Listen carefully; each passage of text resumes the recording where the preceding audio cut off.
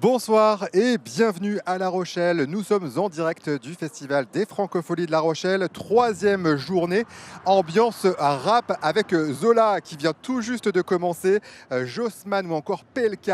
Les fans sont arrivés très tôt ce matin. Il y a même eu une course à l'ouverture des portes pour être sûr d'être au premier rang. Des images, vous le voyez, toujours impressionnantes. Ça montre l'engouement pour la scène rap. On écoute ces réactions au micro de Tanguy Squazek, Christian Nicolas et Florent Cavant. C'était la bonne course là pour réussir à arriver au crash.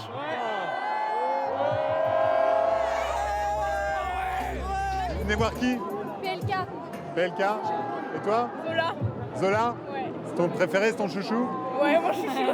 Et Jossman. Bah là ouais, Jossman, c'est mon artiste préféré, ça fait des années que j'ai envie de le voir. C'est l'occasion, en plus c'est la première fois que je fais les Francopholies, donc je suis bien content. Ça valait bien un sprint? Ouais, complètement. Je cours à chaque fois parce que j'ai beaucoup de VMA. Donc voilà, ouais. Mais c'est un peu stressant et tout le monde pousse, il y a des malaises tout le temps par contre. Et elle aussi sera sur la grande scène ce soir pour 3 titres. Ouzi Freya, bonsoir, merci d'être avec nous. À quel degré de stress vous êtes? Mais déjà, Chéri Coco, c'est 4 titres que je vais interpréter ce soir. Et mon degré de stress, je pense qu'il a un peu, explosé le baromètre. Mais bon, c'est ça qui rend la chose plus excitante, donc j'aime bien. Ce sera votre plus grande scène? Franchement, je pense que ça se bat plutôt pas mal avec les vieilles charrues. Je sais pas si c'est celle-ci la plus grande ou l'autre, mais je pense que c'est plutôt les Franco qui vont les plus grandes. Vous étiez là pour l'ouverture des portes. Ouais, j'étais en train de faire mes balances, oui. Et là, c'était pas très rigolo comme moment apparemment. Non, c'était assez stressant, assez angoissant, surtout que je ne m'y attendais pas. Et malheureusement, je souffre pas mal de crises d'angoisse, donc c'était pas un moment très sexy pour moi, mais bon, ça fait partie du jeu. Sur les 5 jours du Festival des Francopholies, il y a 2 soirées pour le rap. Est-ce que c'est déjà bien ou est-ce que c'est pas assez? Ça dépend. Je pense que le plus gros problème pour moi, c'est qu'il n'y a pas assez de rappeuses. C'est plutôt ça le plus gros problème pour moi. C'est pas tant qu'il y ait une soirée ou 2 soirées de rap, c'est le fait qu'il n'y en a pas beaucoup de rappeuses et je trouve ça un peu dommage. Donc vous êtes là justement pour montrer la place des femmes dans l'industrie de la musique et dans l'industrie du rap. Je suis là pour 10 minutes, donc si on veut vraiment montrer la place des femmes, les Chéri Coco, je sais pas, justement beaucoup de minutes, ouais. Le rap, c'est le genre le plus écouté sur les plateformes en France. Pourtant, on le voit assez peu dans les médias. Est-ce que vous le regrettez? Je pense qu'il y a une petite hypocrisie sur le rap, à mon avis. C'est-à-dire qu'on n'en parle pas beaucoup, on l'assimile assez rapidement pour quelque chose de dangereux, où mon Dieu, c'est Kaira, BCDZ, alors que tout le monde écoute du rap. Tout le monde achète du rap, tout le monde fait. Je pense juste qu'il y a une petite hypocrisie, mais mieux vaut que ça reste là où c'est, mais que beaucoup de personnes l'achètent. Et un jour ou l'autre, les gens donneront le respect qu'ils se méritent au rap. Alors, si vous avez l'honneur de la grande scène ce soir, c'est parce que vous avez fait le chantier des Francopholies. C'était l'an dernier. Quel souvenir vous en gardez? En vrai, c'était très très fun. Je sais pas, j'ai eu la chance de rencontrer des personnes très stylées comme Adaoda et Lisa Ducasse. Et le cadre m'a permis aussi d'évoluer musicalement puisque j'étais une artiste émergente et j'avais pas toutes les bases. Donc il y a beaucoup trop de souvenirs pour que je les cite, Chéri Coco. Donc, voilà. Avec des conseils pour gérer votre énergie quand même débordante. Ouais. Mais parfois, ça vient de déborder un peu. Ça permet de rendre les choses encore plus mémorables. Eh ben, on verra ça tout à l'heure. Merci beaucoup, Ouzi Freya, en concert sur la grande scène ce Exactement. soir. Et puis hier soir, c'était justement Poudre Noire, un duo également issu du chantier qui a pu jouer entre 2 artistes pour faire découvrir son univers. Nous y étions. Tension maximum pour Poudre Noire. Le duo va jouer pour la première fois sur la grande scène des Francopholies. En pleine forme, on est très stressé, mais c'est bien, on est content, hyper content. C'est comme vous voulez. Le duo, originaire du Canon au Cap-Ferré, a été sélectionné cette année par le chantier des Francopholies. Des chansonniers plus habitués aux petites scènes. Laisse tomber les têtes à tête et tente un pas de côté. Tant qu'à faire la fête, on va parler toutes les cafards de café. Laisse tomber les têtes à claque qui postulent à ton clic. Clac.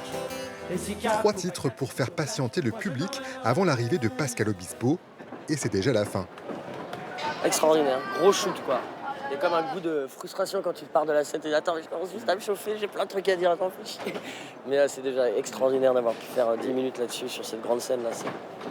Et c'est vrai que c'est assez marrant de jouer le canon devant 13 000 personnes comme tu le jouerais à table exactement de la même façon avec les gars du village et tout. Donc non, c'est ça qui est beau quoi. La la la la la la la la la.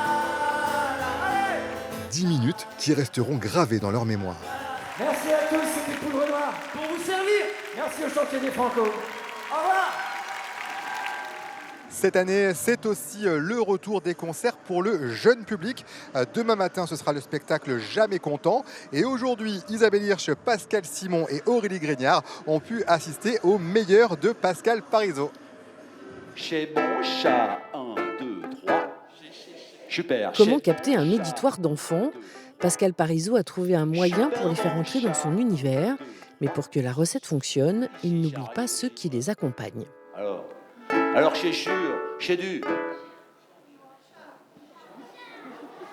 Chez vous qui l'avez dit, hein. Je pense que les enfants aiment que leurs parents soient aussi autant dans le spectacle qu'eux. Faut appeler la mère Michel. Parents comme enfants sont d'ailleurs sortis enthousiastes. Son chat, il est dans mon assiette. Chez mon chat. Moi, je tout aimé. J'aimais tout les chansons. Nous, on est fans de Pascal Parisot depuis longtemps. Pourquoi ?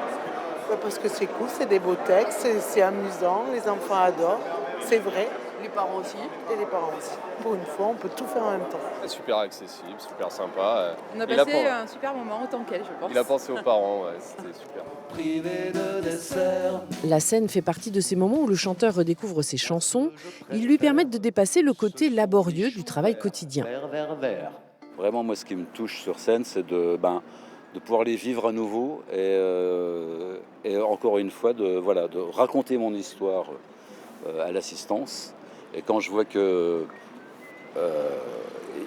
l'assistance les écoute et prête une attention à ces histoires, qui sont donc des chansons, pour moi, le but est atteint, quoi. Chez mon chat. Chez Guevara, chez mon chat. Pascal Parisot sort un nouvel album en octobre, une comédie musicale écrite après du temps passé au musée d'Orsay à s'imprégner des œuvres. Changement d'ambiance maintenant avec un concert bouleversant. Hier soir, un duo piano-voix avec le très charismatique chanteur de Feu Chatterton, Arthur Teboul, et le pianiste Baptiste Trottignon. Reportage tout en douceur avec Christelle Nicolas, Florent Cavan et Aurélie Grignard. Je ne peux plus dire je t'aime. La magie opère dès les premières notes. Ne me demande pas pourquoi. Baptiste Trottignon au piano, Arthur Teboul au chant, le duo livre pour la première fois un concert en public. Je ne suis plus qu'un fantôme. Les deux hommes se sont rencontrés il y a 2 ans seulement. Baptiste le jazzman, Arthur le chanteur de Feu Chatterton. Ils reprennent des titres d'artistes de légende, comme ici Radiohead, traduit en français. Et je tombe. J'ai l'habitude d'être en groupe, et d'avoir des musiciens très puissants, de pouvoir me protéger derrière ça, de savoir qu'on va envoyer. Cette nudité, cette fragilité, cette vulnérabilité, elle me parle, elle est en moi et c'est une chose qui me plaît beaucoup dans la musique. Moi, le challenge, c'était un petit peu de chercher une forme de simplicité, mais la noble simplicité, la simplicité pas dans le sens péjoratif. La simplicité, Mozart, c'est simple, mais c'est pas mal foutu quand même.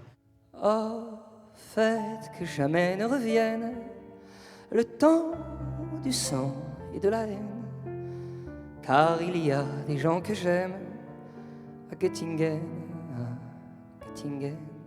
Barbara, Higelin, Brel, Piaf, Brassens, le duo propose des versions intimes de textes ancrés dans la mémoire collective. Mon cœur verserait une larme pour Göttingen, pour Göttingen. Göttingen, elle raconte avec des mots très simples l'après Deuxième Guerre mondiale, avec Barbara qui va en Allemagne, qui pourrait avoir du ressentiment, mais qui essaye de penser à l'avenir, et donc d'avoir de l'espoir, de chercher la paix. Et des mots comme ça, aujourd'hui, ils résonnent particulièrement. La loi du grand amour est rude. Force et délicatesse, le duo est en tournée jusqu'en octobre. Pour qui s'est trompé de chemin.